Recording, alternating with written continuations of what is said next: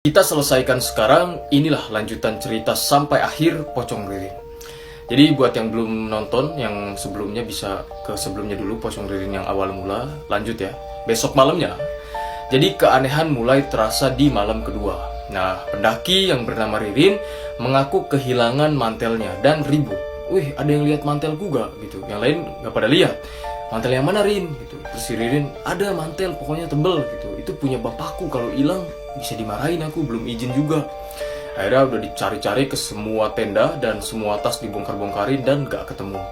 Akhirnya abangnya si kakak kelasnya Arya dan Arya bilang, udah tidur aja dulu, besok aja dicarinya gitu. Sekarang udah malam, istirahat aja dulu. Nah, akhirnya semuanya masuk tenda, tidur. Nah, ketika si Arya dan abang kakak kelasnya lagi belum tidur, si abangnya ini lihat ada mantel terbang di luar tenda. Ngomonglah si abangnya ini ke si Arya, ya abang gak salah lihat kan, kamu lihat juga gak? Nah, kata si Arya, iya bang, itu jangan-jangan mantelnya si Ririn, ya udah ambil. Terus kata abangnya kakak kelasnya Arya bilang gini, udah gak usah, besok aja, takut kenapa-napa, sekarang udah malam, udah tidur-tidur. Nah, sebelum mereka lelap tidur, tiba-tiba yang cewek-cewek ribut, katanya mau buang air kecil. Nah, karena toiletnya jauh, harus ke sungai, turun ke sungai, dan jadi mereka minta tolong temenin ke Arya. Ditemenilah sama Arya, berdua nih, yang pipis ini si Ririn sama si Laras. Pipislah mereka berdua ditemenin si Arya ini dari jauh gitu. Nah, di belakang ada yang manggil, Rin, tunggu Rin, gitu. Rin, tunggu, gitu. Padahal itu nggak ada orang sama sekali, itu suara perempuan. Ada perempuan pendaki lain namanya Mita, tapi dia masih tidur di tenda. Akhirnya pas dicari-cari nggak ada orang yang manggil, mereka tetap turun ya ke tempat buang air itu. Akhirnya si Ririn ngeliat di atas batu mantelnya, mantel bapaknya yang dari semalam hilang.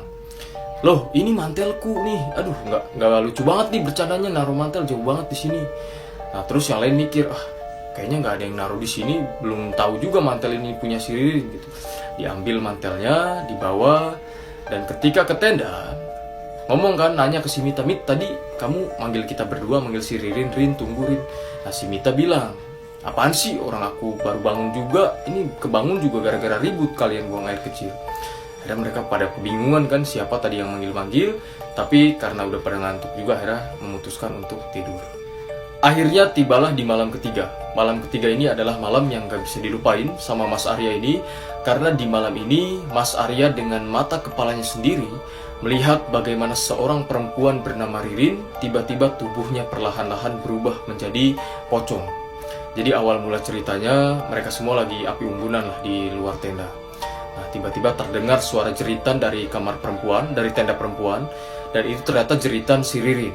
Dia teriak-teriak, tolong lepasin, lepasin. Waduh, semuanya pada ribut dan akhirnya nyamperin ke tendanya si Ririn ini. Di situ si Ririn ternyata udah pakai mantel bapaknya itu, dan dia loncat-loncat keluar, tiba-tiba loncat ke atas pohon. Bener-bener di luar akal sehat. Semua pada kebingungan, kok bisa kayak gini gitu keadaannya. Akhirnya si Ririn di atas pohon, nangkring di atas pohon, dan Arya di situ ngelihat dengan mata kepalanya sendiri, Ririn tiba-tiba berubah tubuhnya jadi sebuah pocong. Semua pada nangis, yang cewek-cewek pada nangis, ada yang pingsan juga, dan akhirnya mereka memutuskan untuk turun ke perkampungan untuk nyari bantuan. Di situ kondisinya Ririn tetap loncat-loncat, pindah-pindah pohon dan tetap ngikutin. Tungguin Ririn, aduh jangan tinggalin Ririn gitu.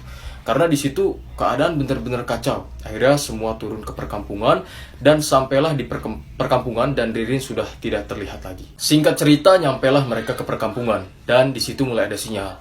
HP Ririn bunyi dan ternyata bapaknya yang nelpon. Diangkatlah oleh temannya si Ririn yang bernama Laras dan bapaknya langsung nanyain Ririn. Di mana anak saya? Ririn mana? Tolong bilangin Ririn jangan pernah pakai mantel saya. Di situ yang nelpon si Laras itu langsung nangis. Bilang ke bapaknya ada keadaan yang benar-benar tidak bisa dimengerti. Ririn tiba-tiba berubah jadi pocong. Di situ bapaknya ngamuk. Tunggu di situ, saya ke situ. Akhirnya bapaknya datang ke situ, ditemani banyak orang pinter juga dan baru ketahuan ternyata bapaknya adalah seorang pemuja. Bukan pemuja wanita, tapi pemuja jin. Jadi bapaknya memuja sesuatu lah. Akhirnya di situ bapaknya juga bingung, semuanya juga bingung karena di situ Ririn nggak ada gitu, Ririn masih ketinggalan di atas gunung. Di situ orang pintar menyarankan untuk balik lagi ke gunung karena Ririn masih tertinggal di sana. Akhirnya Arya ini nemenin orang pintar buat balik lagi ke gunung. Di gunung itu ada ririnnya ada tapi susah untuk ditangkap. Ririnnya muncul, hilang lagi, muncul, hilang lagi.